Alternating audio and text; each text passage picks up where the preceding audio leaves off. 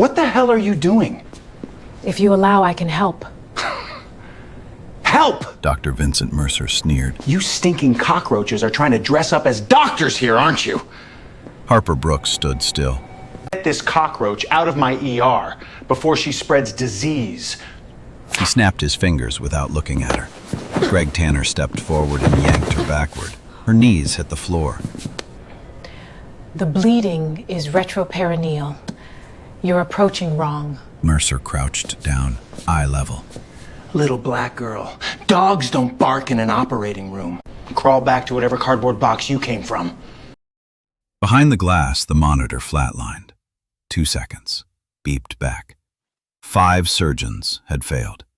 The patient was the mayor, and the woman on her knees was about to make every one of them beg for her forgiveness. 14 hours earlier, Harper Brooks had eaten her last meal. Half a gas station sandwich pulled from a trash can behind the Sunoco on 5th and Market. She wiped the mustard off with her sleeve, ate it standing in the rain, and kept walking. That was Tuesday. This was Wednesday. The first blizzard of January had buried Ashford under 9 inches of snow, and the temperature dropped to 11 degrees by the time Harper crossed the parking lot of St. Edmund Memorial Hospital. She was not there for medical care. She was there because the automatic doors blew warm air, and warm air meant survival. The waiting room was half full. A teenager with a broken wrist, an old man wheezing into a paper bag, a young mother rocking a feverish toddler. None of them looked at Harper when she sat in the corner seat near the vending machines, the seat closest to the heating vent.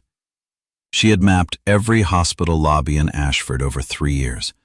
She knew which ones let you sit longest before security noticed. St. Edmund Memorial was the city's flagship trauma center. 18 operating rooms, 2 helipads, a reputation built on Level 1 trauma certification, and a board that donated enough to keep the marble floors polished. The kind of hospital that treated senators and athletes, not the kind that welcomed women who carried everything they owned in a garbage bag. Harper pulled her coat tighter. A men's parka 3 sizes too large, zipper broken, stuffing leaking from a tear along the left shoulder. Underneath, 2 stained sweaters, boots with no laces, fingernails cracked and dark. But her hands, long fingers, precise, still. The hands of a woman who had once held a scalpel the way a violinist holds a bow. 3 years ago, Dr. Harper Brooks had been the youngest chief of vascular surgery in Johns Hopkins history. 42 peer-reviewed papers. The inventor of the Brooks technique, a retroperitoneal approach to infrarenal aortic repair that had saved over 300 lives across 4 continents. Presidential Award for Medical Excellence at 39. Surgeons flew from Tokyo and Berlin to watch her operate. Then, on a Thursday evening in November, a delivery truck ran a red light on Eastern Avenue in Baltimore. Her husband James and her daughter Lily, 7 years old, still in her ballet leotard, died at the scene. Harper arrived at the hospital. She saw the gurney. She saw the small foot hanging off the edge, still wearing a pink ballet shoe. She never operated again. The grief swallowed her in stages. The drinking, the missed shifts, the board review, the suspended license, the emptied office. Friends called for a while, then stopped. The apartment went next, then the car, then the shelters, then the streets. 3 years of concrete and cardboard stripped away everything except one thing. She still read. Medical journals left in clinic waiting rooms, newspapers with health sections, cover to cover, her mind still cataloging, still diagnosing. The surgeon was buried, but not dead. At 9:47 p.m., the helicopter arrived. Harper heard it before anyone else. The specific pitch of a Medivac rotor cutting through a blizzard. She straightened. Old instincts fired before she could stop them. The ER exploded into motion. Nurses sprinted, gurneys rolled. The overhead speaker crackled with a trauma code Harper's brain translated before the sentence finished. Multi-system blunt trauma, hemodynamic instability, massive internal hemorrhage. She watched through the glass as they wheeled the patient in. Male, late 50s, gray suit, soaked in blood. Face swollen, unrecognizable. But the security detail, 4 men in dark suits with earpieces, told her this was not a regular patient. Nurse Elena Davis rushed past. Their eyes met for half a second. Elena did not see a homeless woman. She saw something she could not name. A stillness. The way Harper's eyes tracked the gurney was not curiosity. It was assessment. Dr. Vincent Mercer arrived 90 seconds later, chief of emergency medicine, 22 years at St. Edmund. He walked like the hospital belonged to him. He barked orders without breaking stride, gloves on, pushing through the OR doors. 5 surgeons followed him in. The doors swung shut. The clock started. And in the corner by the vending machines, Harper Brooks leaned forward. Her hands, those long, precise, impossibly still hands, pressed flat against her knees. She already knew what was wrong. She had heard it in the trauma code. She could see it in the blood pattern on the gurney sheet. She just did not know if she was still allowed to care. The first surgeon lasted 11 minutes. Dr. Keith Alderman, senior attending, opened the abdomen and found what the CT scan had already suggested: a ruptured spleen and a torn infrarenal aorta. The spleen was routine. He removed it in 6 minutes. But when he turned to the aorta, the blood came faster than his hands could move. The tear was deep, angular, hidden behind a wall of retroperitoneal tissue that made direct visualization almost impossible. He packed gauze. The gauze soaked through in seconds. He clamped. The clamp slipped. He called for more suction. The suction couldn't keep up. "I can't see the source," he said. His voice was flat, controlled, but his hands told the truth.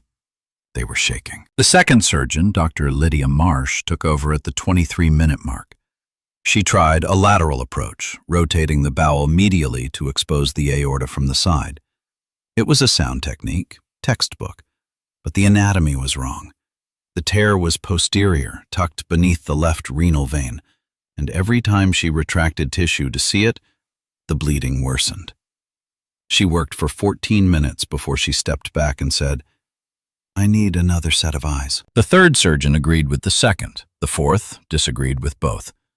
They argued over the table while the patient's blood pressure dropped to 62/38, and the anesthesiologist quietly increased the vasopressors to a dose that would damage the kidneys if maintained for more than an hour. Harper watched all of it through the glass. She had not moved from the corridor. She had positioned herself at the narrow window between OR1 and the hallway, standing where the overhead light created a blind spot in the security camera's field of vision. Greg Tanner had walked past twice without seeing her. She was good at not being seen. 3 years on the streets had taught her that invisibility was the most valuable skill a homeless person could possess. But she was not hiding. She was reading. Every movement the surgeons made, she translated. Every instrument they reached for, she evaluated. Every decision they made, she had already made 3 steps ahead and discarded. She could see the tear in her mind as clearly as if she were standing over the table herself. Posterior infrarenal, 2 centimeters below the left renal artery takeoff. The kind of injury she had written about in her 3rd published paper, the one that had changed the standard of care in 46 trauma centers worldwide. They were all making the same mistake. They were trying to reach the tear from the front, transperitoneal. It was the standard approach, the one taught in every surgical residency in the country. And for 90% of aortic injuries, it worked. But this was the other 10%. The kind where the tear sat so deep behind the peritoneum that every anterior approach just pushed the tissue further apart and made the bleeding worse. The Brooks technique existed for exactly this injury. She had designed it for exactly this moment. The 5th surgeon entered the OR at the 51-minute mark. Dr. Mercer himself. He had scrubbed in with the deliberate slowness of a man who believed his presence alone would change the outcome. He took the instruments from Dr. Marsh without a word, without a thank you, and began working. Harper watched his hands. They were competent, experienced, but they were doing the same thing the others had done. Anterior approach, more retraction, more bleeding, more gauze. She pressed her palm against the glass. Her breath fogged a small circle on the cold surface. "You need to go around," she whispered. No one heard her. "Go around. Left lateral. Mobilize the kidney. You'll see it." Mercer did not go around. He packed tighter. He clamped harder. The monitors screamed louder. That was when Harper made her decision. She walked to the OR door. Not the main entrance, the side door, the one used by nurses bringing supplies. She pushed it open 6 inches. The rush of cold corridor air hit the sterile field, and every head in the room turned. "Who the hell opened that door?" Mercer shouted without looking up. "The tear is posterior infrarenal," Harper said through the gap. Her voice was calm, clinical, the voice of a surgeon delivering a consult. 2 centimeters below the left renal takeoff. You need a left medial visceral rotation. Mobilize the spleen, pancreas, and left kidney en bloc. You'll have direct posterior access in 90 seconds. The room went silent. Not because of what she said, because of how she said it. Every syllable was precise. Every anatomical landmark was exact. This was not a guess. This was not a homeless woman rambling medical terminology she had overheard. This was a diagnosis delivered with the confidence of someone who had seen this injury 100 times. Elena Davis, standing near the instrument tray, looked at Harper. Really looked. Past the matted hair, past the stained coat, past the smell. She saw the eyes. Focused, unblinking, certain. "Dr. Mercer," Elena said carefully, "maybe we should—" "Are you insane?" Mercer snapped. He finally turned and saw Harper in the doorway. His face went from confusion to disgust in half a second. "You? How did you get back in here?" "The patient has less than 15 minutes, Harper said. "At current blood loss rate, his kidneys will fail in 8, his heart in 12. You are running out of time, and you are running out of blood." Mercer ripped off his gloves and walked toward her. He was taller by a foot. He used every inch of it. "Listen to me very carefully," he said, his voice low enough that only she and Elena could hear. "I don't care if God himself walked through that door and told me how to operate.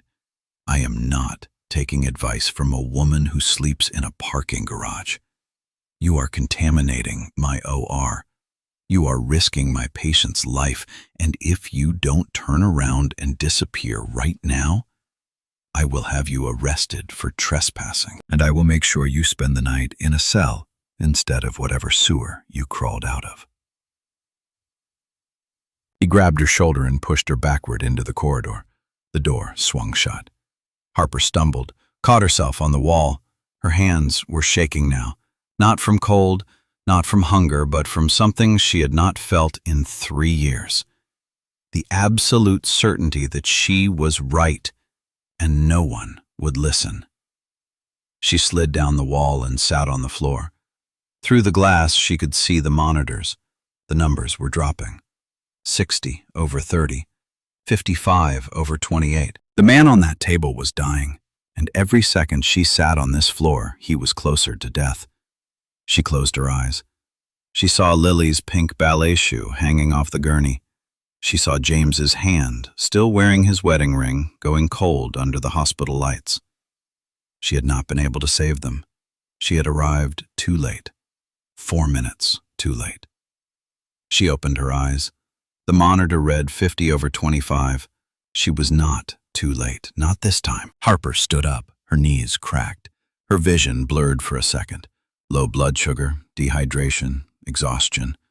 She steadied herself against the wall and walked back toward the OR window. Inside, chaos had replaced procedure.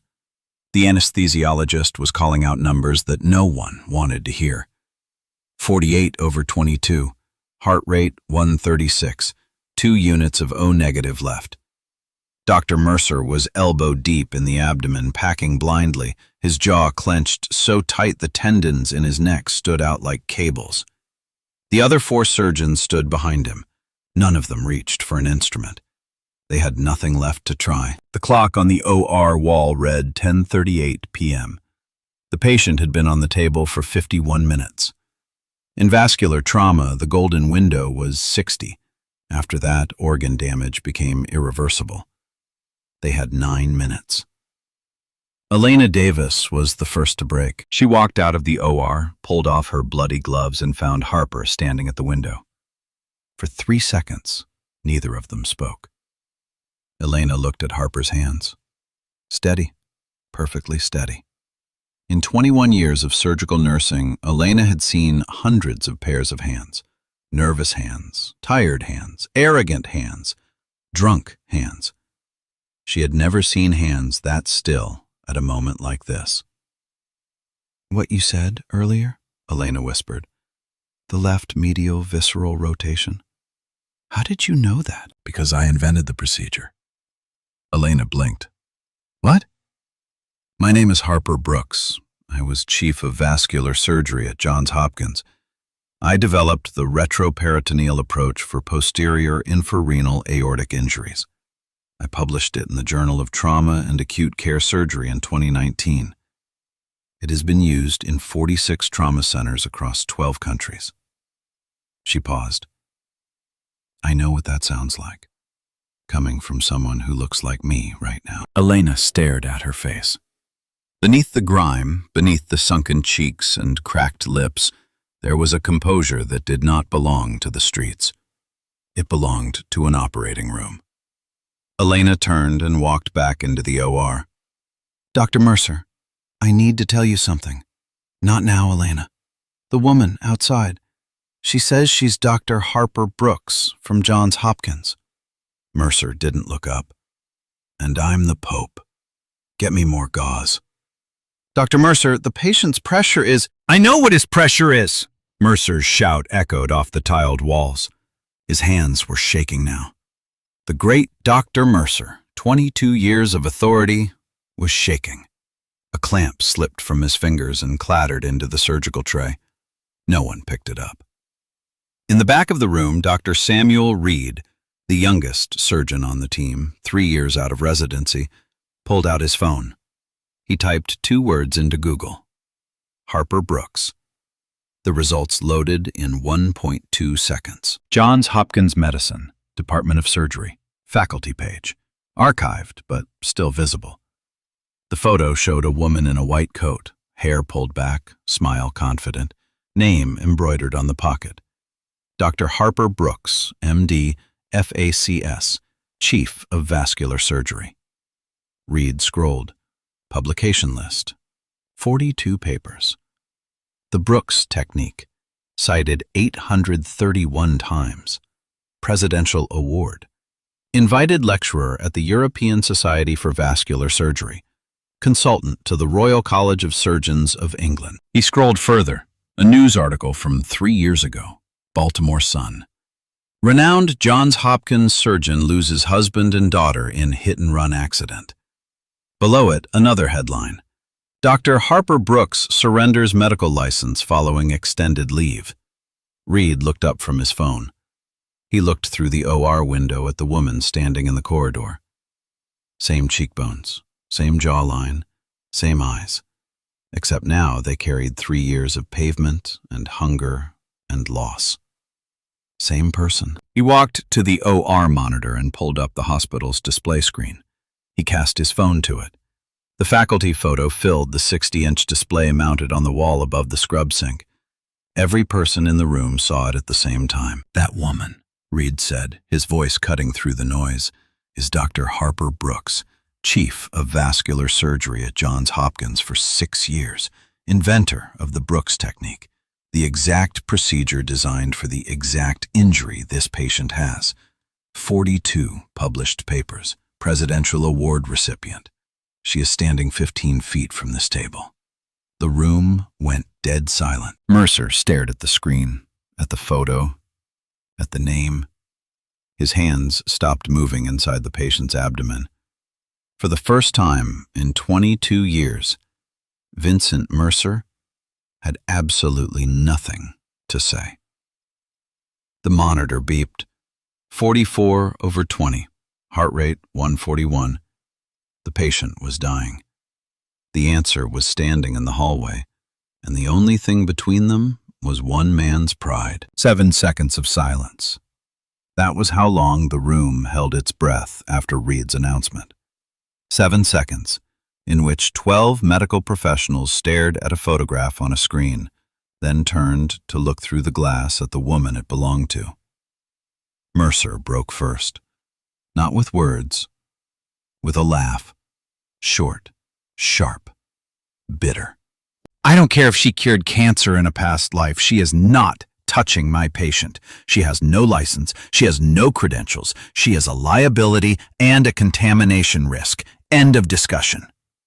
He turned back to the table, picked up a fresh clamp, reached into the abdomen. The monitor answered him. 42/18, heart rate 148. The ventilator alarm joined in. Oxygen saturation dropping. 89%, 86. Dr. Mercer, the anesthesiologist said.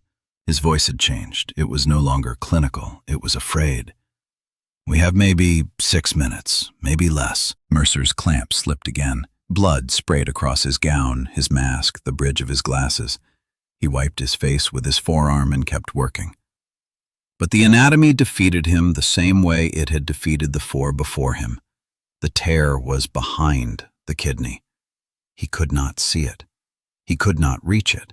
And every second he spent trying, the patient bled more. Reed stepped forward. Sir, with respect, she invented the only technique that can— Get out of my OR, Reed. The patient is going to die. Get out! Reed did not get out. He walked to the OR door and opened it. Harper was still standing at the window. She had not moved. She had not paced. She had not looked away. Her eyes were locked on the monitors the way a pilot watches instruments during a nosedive, with total focus and zero panic. Dr. Brooks, Reed said. He used the title deliberately, loudly enough for the entire room to hear. Will you help us? Harper looked at him, then past him into the OR, at the table, at the blood, at the monitors counting down a man's life in falling numbers. He won't let me in, she said. He doesn't have a choice anymore. Elena appeared behind Reed. She was holding a sealed surgical gown, still in its sterile packaging. She held it out to Harper without a word. Their eyes met. Elena nodded once. Harper took the gown. Her fingers closed around the plastic. She felt the familiar crinkle of sterile packaging, a texture she had not touched in 3 years. Her throat tightened. Her chest ached, but her hands did not shake. She walked into the OR. Every head turned. The scrub nurse, the anesthesiologist, the 4 surgeons standing along the wall like soldiers who had lost a battle, and Mercer, still at the table, his gloves red to the wrists. Get her out, Mercer said, but his voice had lost something. The command was still there, the conviction was not. Then let your patient die, Harper said. She did not raise her voice. She did not need to. Or step aside. The words landed like a scalpel on skin, clean, precise. Final. Mercer stared at her. She stared back. 3 years of homelessness had taken many things from Harper Brooks. Her home, her career, her family, her dignity, piece by piece, stripped away by shelter lines and soup kitchens and men like Greg Tanner who touched her like she was garbage. But it had not taken this. The ability to stand in front of a dying patient and know, with absolute, unshakable certainty, that she was the only person in the room who could save him. Mercer looked at the monitor. 38/16. He looked at the photo on the screen. He looked at the woman standing in front of him in a stained coat and laceless boots. He stepped back. It was the smallest movement, half a step, but it was the largest concession Vincent Mercer had ever made in his career. Harper moved to the scrub sink. She turned on the water. It was warm. She had not felt warm water on her hands in months. She scrubbed. The iodine foam turned brown as 3 years of street grime washed down the drain. Underneath her skin was raw. Underneath her skin, the muscle memory was intact. She scrubbed for exactly 4 minutes and 30 seconds, the standard surgical scrub time. Not 3 minutes, not 5. 4:30. Her body remembered what her mind had tried to forget. Elena helped her gown. Gloves, size 6.5. Harper flexed her fingers inside the latex. The fit was perfect. The sensation was overwhelming. She closed her eyes for 1 second, just one. Behind her eyelids, she saw the last time she had worn surgical gloves, the day before the accident. A routine aneurysm repair. Patient survived. She had gone home, kissed Lily goodnight, and told James she would be late the next evening because she had a conference call with the surgical team in Munich. The next evening, James and Lily were dead. She opened her eyes. The OR lights were blinding white. The monitors were screaming. The patient's life was measured in minutes now, not hours. Harper stepped to the table. She looked down at the open abdomen. Blood everywhere. Gauze everywhere. Clamps placed wrong, retractors angled wrong, suction positioned wrong. A mess. But beneath the mess, she could see the anatomy as clearly as a blueprint. "Retract the descending colon medially," she said. Her voice filled the room. It was not loud. It was not soft. It was the voice of someone who had given 10,000 commands in 10,000 operations and had never once been wrong about where to cut. Elena moved before the words finished. She had been waiting for that voice her entire career without knowing it. "Release the lateral peritoneal attachments along the white line of Tolt." The scrub nurse handed instruments before Harper asked for them. She was reading Harper's hands the way a jazz musician reads a band leader. "Mobilize the left kidney, spleen, and pancreatic tail en bloc.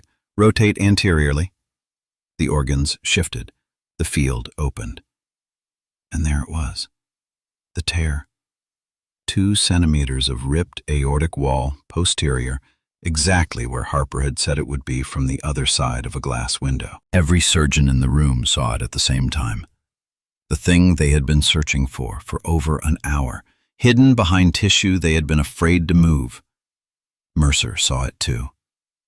He said nothing, but he picked up a retractor and held it exactly where Harper needed it without being asked. It was the closest thing to an apology he knew how to give. Harper's first incision was a revelation. She did not cut the way the others had cut.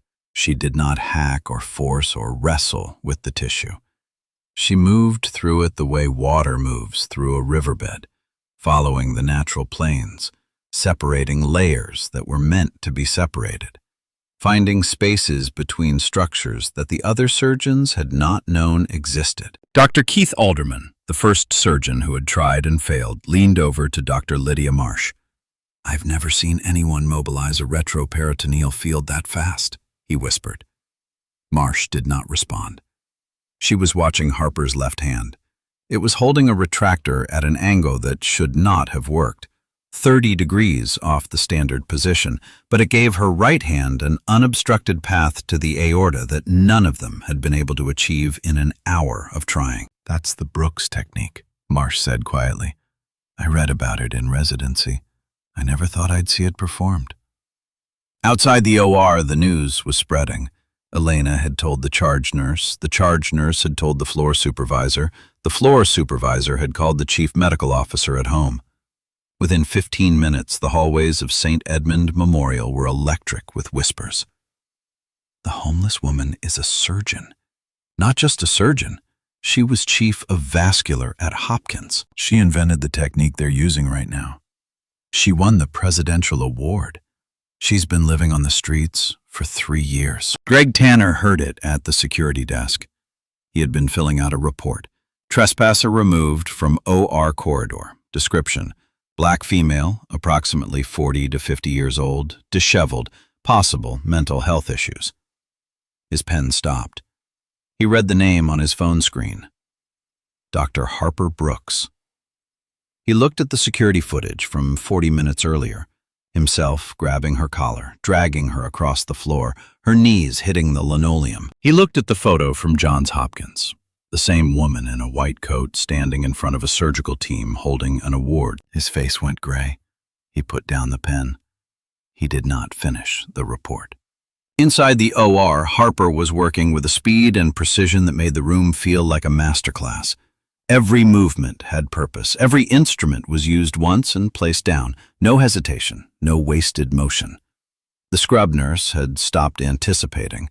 She was simply following, handing Harper whatever she reached for, trusting a rhythm she had never encountered before but recognized instantly as genius. The anesthesiologist, Dr. Paul Whitfield, watched the monitors. For the first time in 90 minutes, the numbers had stopped falling. Blood pressure held at 40/20, not improving, but not dropping. Harper had stopped the active hemorrhage in under 4 minutes. The tear was clamped, not from the front, where 5 surgeons had failed, but from behind, through the retroperitoneal space, exactly as her published technique described. "Pressure stabilizing," Whitfield said. He said it like a prayer. Reed stood at the back of the room, his phone still in his hand. He had pulled up another article, a profile from the New England Journal of Medicine, published 2 years before the accident. The title read, "Harper Brooks and the Future of Vascular Surgery, How One Surgeon is Rewriting the Rules." The article called her the most innovative vascular surgeon of her generation. It quoted the chair of surgery at Massachusetts General. In 20 years, every trauma center in the world will be using her techniques. She is not ahead of her time. She is the time. Reed looked at the woman standing at the table, wearing a surgical gown over a stained coat, operating in boots with no laces, hair matted, unwashed, pulled back with a rubber band she had found on the corridor floor. She is the time. Outside, the first media van arrived. Someone inside the hospital had posted on social media a single sentence, no names. A homeless woman just took over surgery on the mayor at St. Edmund Memorial. Within 8 minutes, it had 4,000 shares. Within 12, CNN had a crew en route. Within 15, the hashtag homeless surgeon was trending in 3 states. Inside the OR, Harper did not know any of this. She did not care. The only thing that existed was the tear, the clamp, and the next step. The bleeding had stopped, but the repair had not yet begun. The repair began at 11:14 p.m. The tear was clamped but not closed. Clamping was triage. Closing was surgery. And this closure would require something that no one in that room except Harper Brooks had ever attempted. The aortic wall was shredded along a 2-centimeter line, posterior, tucked beneath the left renal vein. Standard repair would mean a synthetic graft, a tube of Dacron or PTFE sewn over the damaged section. But the angle was impossible for a graft. The space was too narrow. The surrounding tissue was too swollen from an hour of failed manipulation by 5 surgeons who had pushed and retracted and bruised everything around the tear. A graft would not hold. It would leak. And a leak meant death within hours. Harper knew this in the first 30 seconds. She also knew the alternative. Primary repair. Direct suturing of the aortic wall, stitch by stitch, in a space smaller than a tennis ball, behind the kidney, beneath the renal vein, with 0 margin for error. 1 stitch too deep would puncture the posterior wall and create a second tear. 1 stitch too shallow would not hold against arterial pressure. The gap between success and catastrophe was measured in fractions of a millimeter. She had done this 14 times in her career, 12 successes, 2 failures. Both failures had happened early before she refined the technique. The last 8 had been perfect. The last one had been 3 years and 4 months ago. "I need 50 Proline on an SH needle," she said. "Continuous running suture. I'll start inferior and work up." Elena handed her the needle driver. Their fingers touched for a fraction of a second through the gloves. Elena squeezed. Harper did not react outwardly, but somewhere inside the wreckage of 3 years, something shifted. A door that had been sealed shut cracked open just enough to let in light. She placed the first stitch. The room held its breath. 12 people, motionless, watching a needle pierce the wall of the largest artery in the human body with the delicacy of a seamstress threading silk. The first stitch held.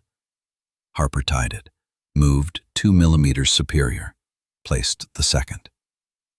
"Pressure?" she asked without looking up. 42/20, Whitfield said. "Holding." Third stitch. Fourth. Each one placed with identical spacing, identical depth, identical tension. The rhythm was hypnotic.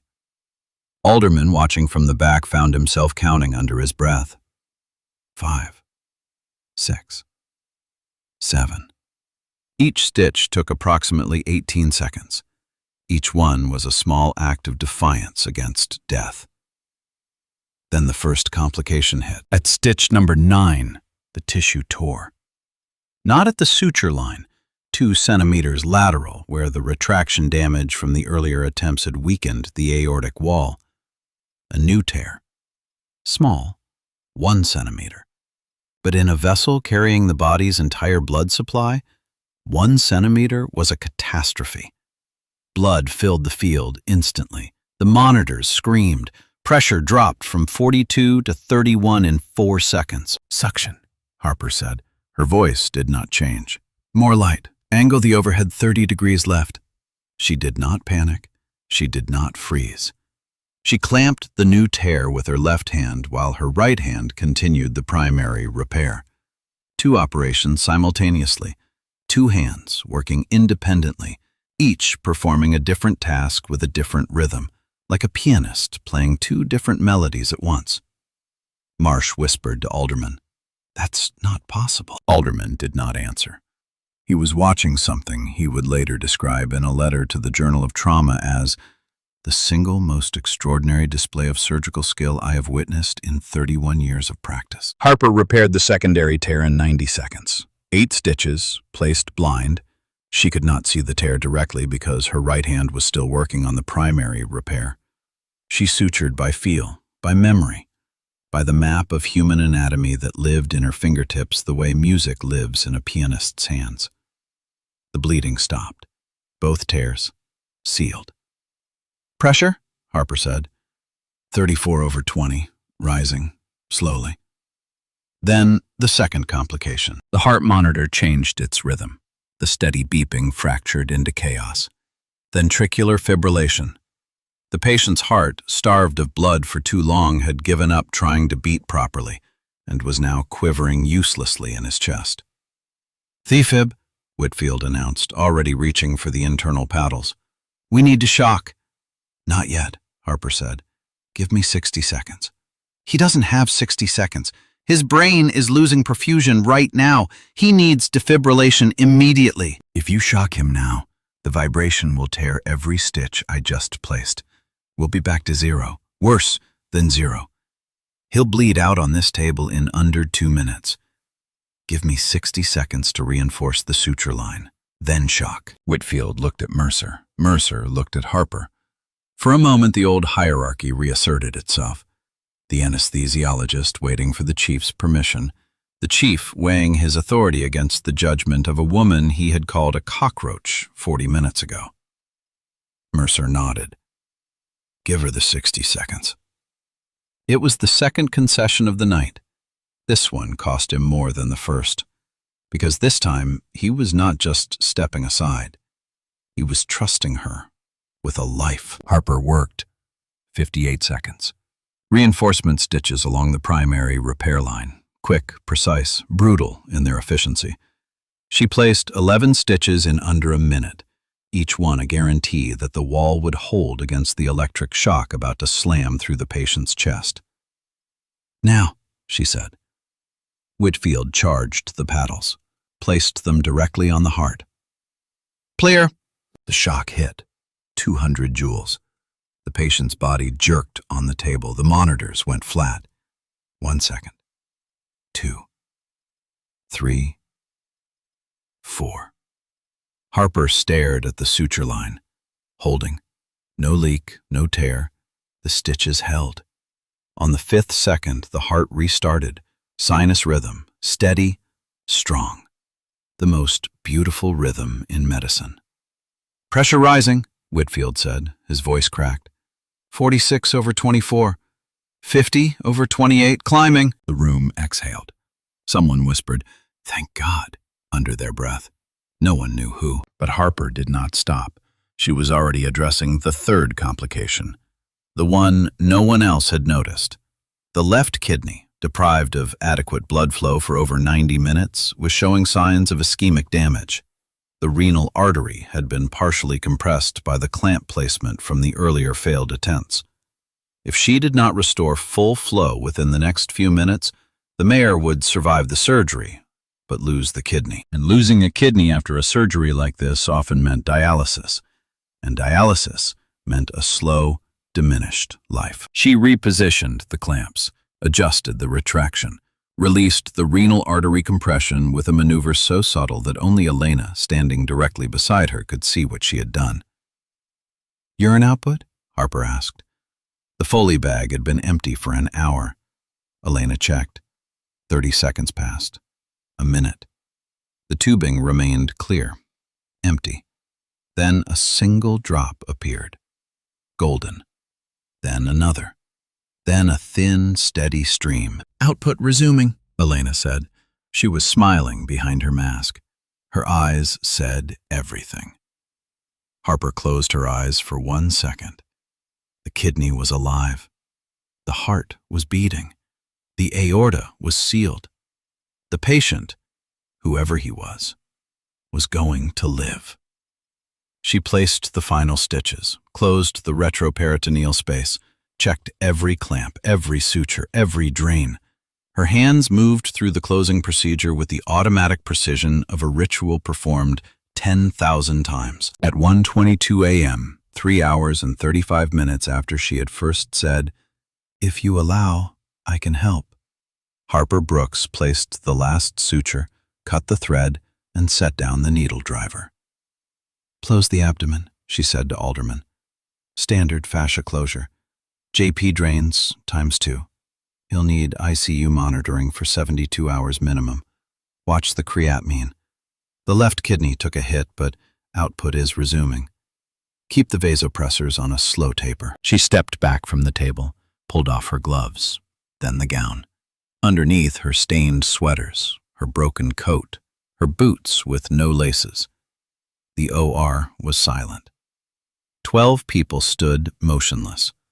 The monitors beeped steadily, the most beautiful sound any of them had ever heard. Then Alderman began to clap. Slow, deliberate. One person. Then Marsh joined. Then the scrub nurse. Then Whitfield. Then Reed. One by one, every person in that operating room began to applaud. Every person except 2. Mercer, who stood with his arms at his sides staring at the floor, and Harper, who walked out of the OR without looking back, sat down on the corridor floor, pressed her back against the cold wall, and wept.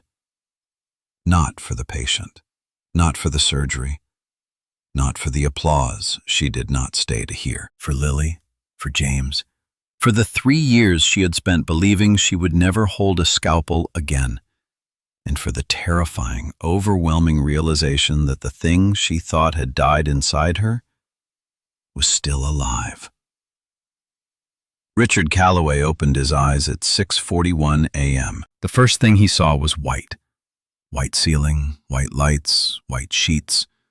The second thing he saw was a tube in his arm and a machine beeping beside his bed. The third thing he saw was his wife, Margaret, asleep in a chair with mascara dried in streaks down her face. He tried to speak. His throat was raw from the intubation tube. He managed one word. "What?" Margaret woke up. She grabbed his hand and started crying. The kind of crying that comes from a place beyond relief, the kind that says, "I already started grieving you." "You were in an accident," she said. Your car hit black ice on the highway. They brought you here by helicopter. You almost... She stopped. She could not say the word. A nurse came in, then a doctor, then another doctor. They checked his vitals, adjusted his drains, asked him to squeeze their fingers. Everything functioned. The surgery had been flawless. It was Reed who told him, "Mr. Mayor, you should know what happened last night." Reed pulled up a chair. He spoke carefully, precisely, the way someone speaks when they know every word matters. He told Calloway about the 5 surgeons who had tried and failed, about the tear that no one could reach, about the woman who had walked in from the cold and said 5 words that saved his life. "Her name is Dr. Harper Brooks," Reed said. "She was chief of vascular surgery at Johns Hopkins. She lost her family 3 years ago. She's been living on the streets ever since. Last night, she performed a procedure that no one else in this hospital, possibly no one else in this state, could have performed. She saved your life, sir." Calloway was quiet for a long time. He looked at the ceiling. He looked at the monitors. He looked at the IV line delivering blood that someone had donated so that he could keep living. "Where is she now?" he asked. Reed hesitated. "We don't know. She left the hospital after the surgery. She didn't give anyone a phone number. She didn't ask for anything. She just walked out into the snow." Calloway closed his eyes. When he opened them, they were wet. "Find her," he said. "Whatever it takes.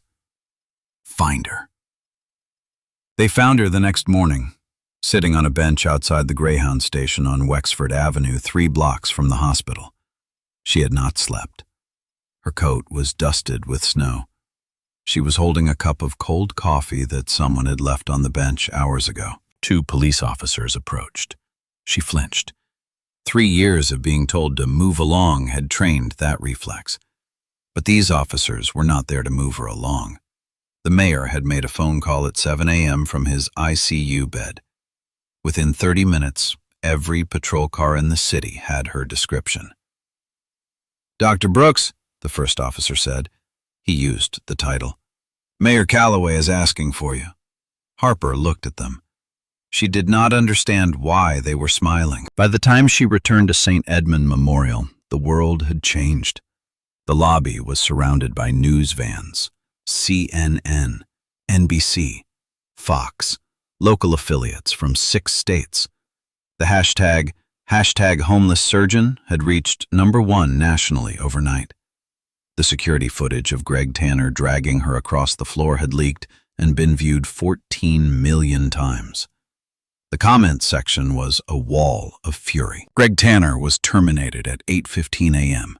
Gross misconduct, excessive force, discriminatory behavior.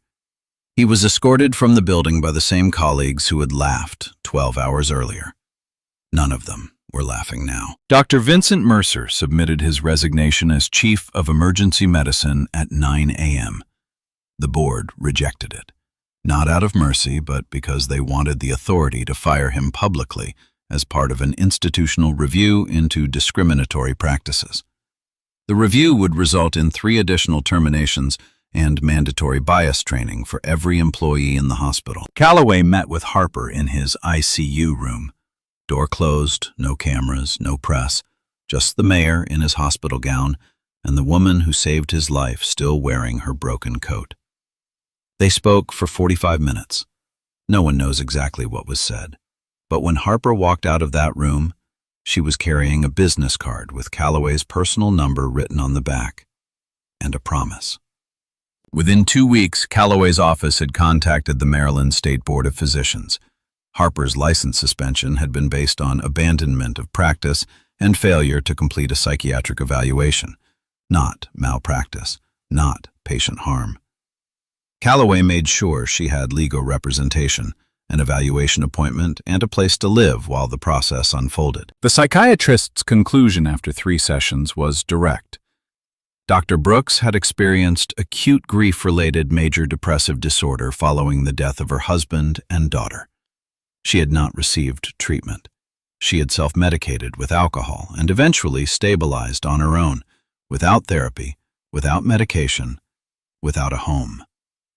Her performance at St. Edmund demonstrated not only retained clinical competence, but extraordinary composure under extreme physiological and psychological stress. Her license was reinstated on a Tuesday. She read the letter standing in the kitchen of the one-bedroom apartment on Clement Street that Calloway's office had helped her secure, 4 blocks from the hospital. She read it twice. Then she folded it and placed it on the counter next to the only thing she had unpacked, a photograph of James and Lily at the beach, taken the summer before the accident. Lily was mid-laugh, sand on her cheeks, James holding her upside down by the ankles. Harper touched the photograph with her fingertip. Then she picked up the phone and called St. Edmund Memorial. "This is Dr. Harper Brooks," she said. "I'd like to accept the position." On her first morning as Chief of Vascular Surgery at St. Edmund Memorial, Harper Brooks arrived at 5:30 a.m. White coat, name embroidered on the pocket, hair cut short, pulled back, boots with laces. She carried a leather bag that Margaret Calloway had sent with a note, "For the woman who gave me back my husband." She walked through the same automatic doors she had entered 4 weeks earlier looking for warm air. Same lobby, same linoleum, same heating vent where she had sat, invisible. She was not invisible now. The new security guard stood when she passed. "Good morning, Dr. Brooks." She nodded and kept walking. Her office was on the 4th floor, corner room, 2 windows overlooking the parking lot where she had once slept in a doorway. She set down her bag, opened the top drawer, and placed inside it the photograph of James and Lily at the beach. The same photograph that had traveled through 3 years of shelters and sidewalks, folded so many times the crease ran through Lily's laughing face. She smoothed it flat, closed the drawer, put on her surgical cap, and went to meet her first patient. The chart read, "Female, 19 years old, no fixed address. Ruptured abdominal aortic aneurysm." Almost unheard of at that age. No insurance, no family contact, no visitors. The girl had been living on the streets for 2 years. Harper walked into the room. The girl looked up from the bed with wide, scared eyes, the eyes of someone who had learned that hospitals were places where people like her were told to leave. Harper pulled up a chair. She sat down. She did not stand over her. She did not check the chart first. She looked the girl in the eyes. "I'm Dr. Brooks. I'm going to take care of you. And I'm not going anywhere." The girl's lip trembled. She did not speak. She just reached out and grabbed Harper's hand. Harper held it, the way no one had held hers. #Justice for Harper. If you've ever been judged for how you look instead of what you carry inside, share this story. Someone out there needs to hear it tonight. If this hit you, drop a comment. What would you have done if you saw Harper Brooks in that ER hallway? And if you haven't already, subscribe. Stories like this don't tell themselves. The next one might change how you see the world. The story is over, but one thing keeps sticking with me. We usually look at somebody at rock bottom and think that's who they are. Homeless means broken. Struggling means incapable. We see somebody's worst chapter and the sum is their whole story. But this story showed me something different. Nobody is their worst chapter. Nobody. The woman on the street corner isn't a homeless person. She's a person who became homeless. There's a universe between those 2 sentences. One is an identity, the other is a thing that happened. And the thing that happened doesn't erase everything that came before it. That's what gets me. We do this constantly. We meet somebody in their hard decision and freeze them there. The guy who lost his job must not be very good. The woman who fell apart after a loss must be weak. The kid who dropped out must not be smart. We take one frame from somebody's life and call it the whole movie. It's never the whole movie. Behind every person you have written off, there's a story you didn't ask about. A career, a family, a talent, a life that looked completely different before the things that broke them. So this week, before you decide who somebody is, ask what happened to them. You will be amazed how different the answers sound from what you assumed. If you had been in the hallway, would you have listened? I read every command. Hit like, subscribe. See you next time.